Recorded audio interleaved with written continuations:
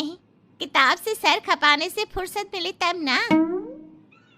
तू ही क्यों नहीं इसके लिए उपटन तैयार कर देती? शर्मा जी की बेटी का कम रेट में कितना अच्छा रिश्ता हुआ है। इसकी तो उम्र के साथ ही लड़के वालों की डिमांड भी बढ़ी जा रही है। शिल्पा को ये बातें अब बुरी नहीं लगती थी। लगे भी क्यों, बचपन से सुन जो रही थी वो ये सब कुछ। उसके लिए ये तो मात्र एक कान से सुनना और दूसरे कान से निकाल देने वाली बात थी।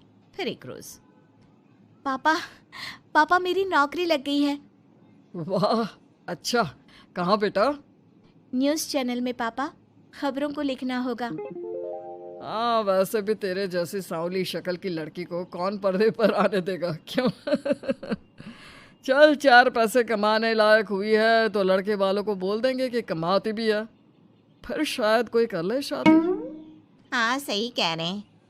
वैसे बेटा कल शाम को एक लड़का और आने वाला है, उसे भी देख लेना। शिल्पा को इस बार गुस्सा आ जाता है।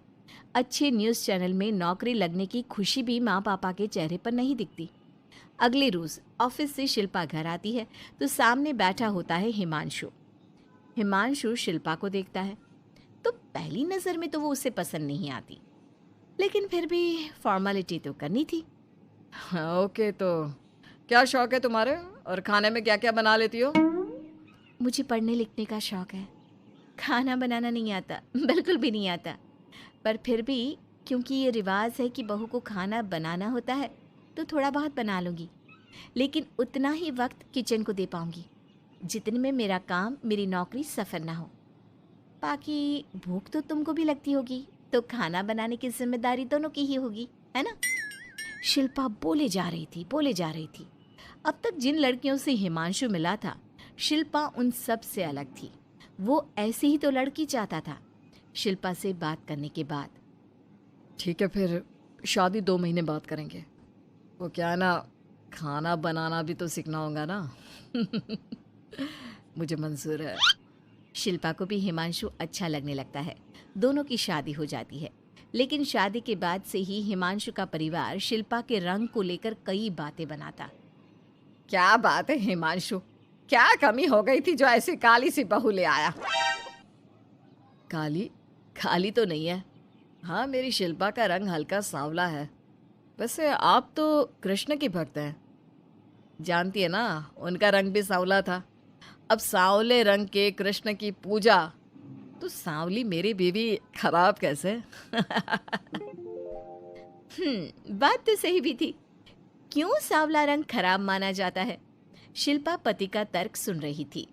थोड़ी देर के बाद, क्या बात है, शब्दों का जादू आ गया। क्या तर्क दिया आपने सांवले रंग के समर्थन में? तो क्या तुम ही पत्रकार हो? अरे तुम्हारा पति भी कम नहीं है। शिल्पा रोज एक नई तरक्की छू रही थी। कभी विदेश दौरा तो कभी बड़े बड़े लोगों का इंटरव्यू। एक दिन, सुनो, आज का दिन बहुत खास है। मैं मुख्यमंत्री जी का इंटरव्यू लेने जा रही हूँ। अरे वाह, क्या बात है, सही है यार। तभी ससुर आ जाते हैं। बहू, थोड़ा मेकअप भी कर लेना, वरना काली काली फोटो सब जगह आएगी। अरे हम तो शर्म के मारे किसी को दिखाते भी नहीं कि ये हमारी बहू है। न जाने क्या कमी थी। अरे वो शारदा दीदी की बहू देखो, कैसे मक्खन की तरह गोरी है। और नताशा, वो तो ऐसे लगता है जैसे भगवान ने दिल खोल कर रंग दिया है उसको। अरे माँ, आजकल रंग नहीं बुद्धि का जमाना है।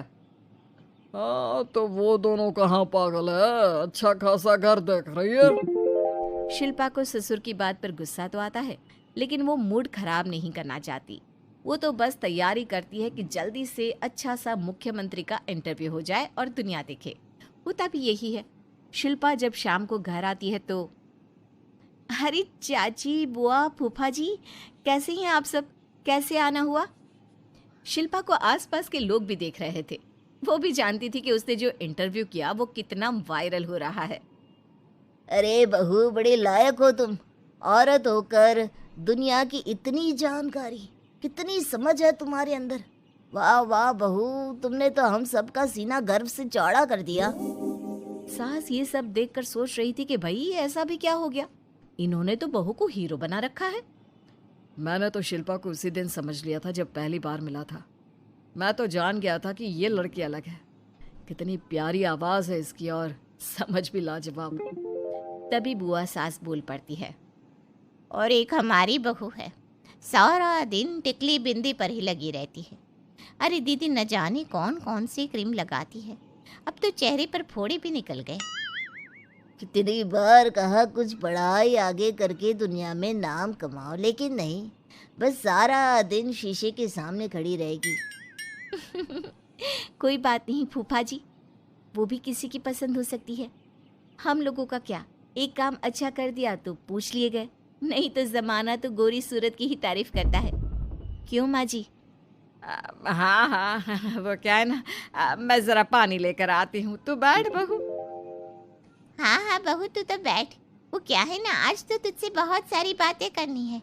ये बता, कैसे दिखते हैं मुख्यमंत्री जी सामने से? जैसे टीवी में दिखते हैं वैसे ही दिखते हैं क्या? आए दिन लोग शिल्पा से मिलने आते, उसे अपने स्कूल या दूसरी जगह पर चीफ गेस्ट बनाते। ये सब देखकर पति तो खुश होता, लेकिन सुंदर बहू का सपना सास की आंख से उतर ही नहीं रहा था। फिर एक रोज, शिल्पा, पापा कहाँ है?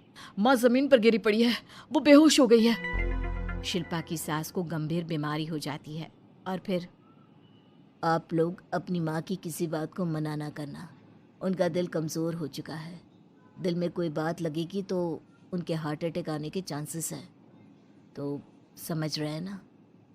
कुछ दिनों में ठीक होकर सास घर आ जाती है और फिर एक दिन, देख बेटा, मैं मरने से पहले एक सुंदर बहू का चेहरा देखना चाहती हूँ। अरे मैं नहीं चाहती कि तू इस काली कलूटी के साथ रहे, छोड़ दे इसे। अरे कल को तेरे बच्चे भी ऐसे काले पीले पैदा होंगे और फिर हमारा खानदान देखने लायक नहीं होगा। शिल्पा सुन रही थी, वो परेशान हो रही थी। वो सोचती है कि एक बार वो अपने पति से बात करके देखेगी। सुनिए ना, मुझे आपसे बात करनी है। मुझे भी शिल्पा, मैं माँ के बिना नहीं रह पाऊंगा, तुम समझ रही हो ना? शिल्पा को दुख होता है, लेकिन वो क्या करती। वो हिमांशु को तलाक देने का सोच लेती है और फिर शिल्पा, माँ की हालत फिर खराब हो रही है, क्या करूं? माँ को सबसे बड़े अस्पताल में भर्ती करना होगा। लेकिन वहां तो बेड के लिए बड़ी बड़ी सिफारिश करनी पड़ती है। हाय रे, मेरा मन आता है मैं मर न जाऊं, मुझे बचा ले बहू। शिल्पा को हैरानी होती है कि वो करे तो क्या करे। पर माँ जी, मैं कैसे? बेटा, मुख्यमंत्री जी से बात कर ले, उनसे बड़ी सिफारिश किसकी हो सकती है? तू बोलेगी तो शायद तेरी सास की जिंदगी बच जाएगी। शिल्पा सिफारिश से सास को बड़े अस्पताल में भर्ती करवा देती है, जहां लंबे समय बाद सास ठीक होती है। लेकिन इस बीच एक दिन भी शिल्पा उन्हें देखने नहीं जाती। सास जब घर आती है तो एक सुंदर सी लड़की उनका स्वागत करती है। ये कौन है और शिल्पा कहाँ है? मुझे तो मेरी बहू ही चाहिए। माँ, कैसी बात कर रही हो? तुमने कहा था ना कि शिल्पा काली है और तुम्हें काली बहू नहीं चाहिए। ये रीना है, तुम्हारी बहू।